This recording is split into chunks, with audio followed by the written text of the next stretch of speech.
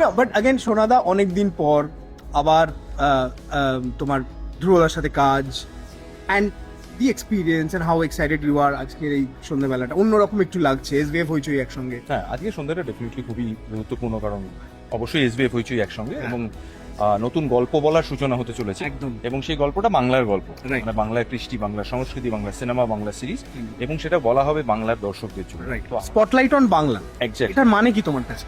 আমার কাছে ওই যে বললাম বাংলার গল্প, বাংলা যারা ভালোবাসেন তাদের জন্য, তারা নট নেসেসারিলি তারাও বাংলাভাষী হতে পারেন, অনেককে আমি জানি যারা হয়তো বাংলাভাষী নন কিন্তু তারা বাংলার কাজ দেখেন, মানে সিনেমা সিরিজ দেখেন, তাদের জন্য। তো আমাদের মূল লক্ষ্য তাদেরকে যেন আনন্দ দিতে পারি, এবং আজকে অনেক গল্প বলিয়েরা আছেন যাদের মাধ্যমেই গল্প বলা হবে, সকলে মিলে একটা নতুন গল্প বলার সূচনা হবে, সেই জন্য আমরা ডেফিনেটলি এক্সাইটেড।